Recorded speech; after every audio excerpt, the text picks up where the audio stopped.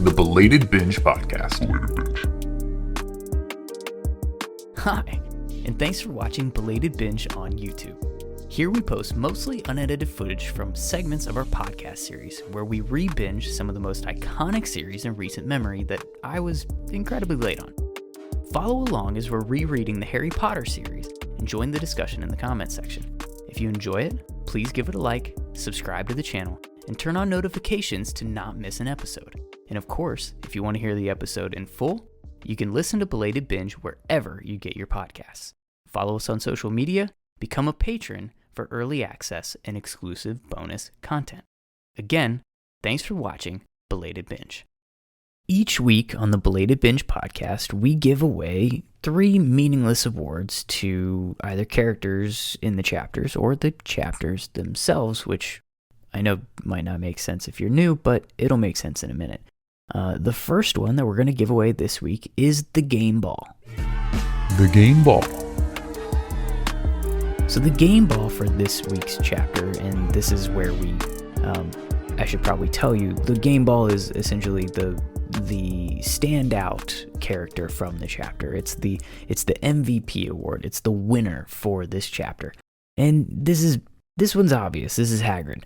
He takes Harry away from the Dursleys. He introduces him to magic. He carries out this phase of Dumbledore's plan. He buys him hedwig, who becomes a beloved character in the story, and he's the symbol, the constant companion for Harry until, well, we're not going to talk about that until we absolutely have to. But this, beyond just the gift of Hedwig and all of the things that he does physically on the page in this chapter, on top of this, it's also what he did for him in showing us, as the reader, a part of Harry's character and giving him something endearing to admire in our protagonist. Particularly when Draco starts in on Hagrid, Harry steps up for his new half-giant friend, and that's as important to the character as anything else that we witness on these pages. So let's give away our red card. Red card. So if the game ball is the award for the standout positive character in the chapter, the red card is the one we wish we could just throw out of the game and give it to the worst standout character in the chapter. And for this week, we're giving it to Lucious Malfoy, who's not even in this chapter, at least not on the pages directly. This is kind of too Lucious through Draco, because I expect Draco is going to have an opportunity for some of these awards as we move on through the series. I'm not a seer myself, but he definitely has some moments that are going to come that are pretty worthy if I was a betting man. But his first interaction with Harry, this really does just tell us what kind of little kid that this is. The answer is the worst. So why is it Lucious and not Draco? Well, at this point, Draco's a spoiled little brat. But he's parroting everything he hears at home and just doing so to try to feel self-important, it seems. What he's hearing at home is, undoubtedly blood purity, Death Eater, hate speech. That's all coming from his father. If Draco didn't have a clan member for a dad, maybe he doesn't think he's better than everyone and try to be a bully from day one at school and be so judgmental right now in the robe shop. As the story goes on, he is going to have to take some responsibility for actions that he decides to take, particularly the ones that he goes out of his way to take. But today, I'm blaming dear old dad. And for that reason, Lucious is getting our red card. Our final award to give away for this episode is the Fumble Award. Fumble. So the Fumble Award doesn't go to a character, it goes to the moments in the chapter that we're covering for the episodes that just didn't quite hook up, the things that didn't quite make sense, whether they were plot holes, maybe not necessarily glaring ones, but just they could just be little things that just don't feel right. It sort of drops the ball as a story. And I have a couple of things to bring up today. First, Hagrid's wand being snapped in half, and Ollivander asking if he uses the pieces. We know he does. They're in his pink umbrella.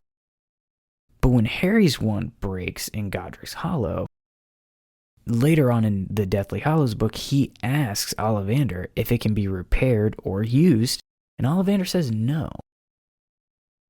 Did they not just have a spare umbrella at Shell Cottage?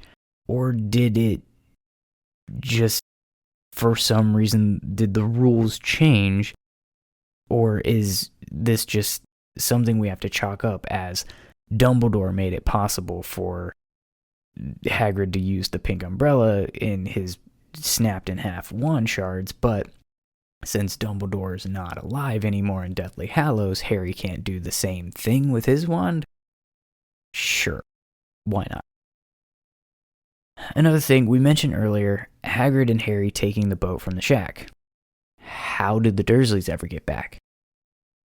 That seems cruel if they had to, swim, right? But I guess that pales in comparison to Hagrid trying to turn Dudley into a pig, giving him a tail.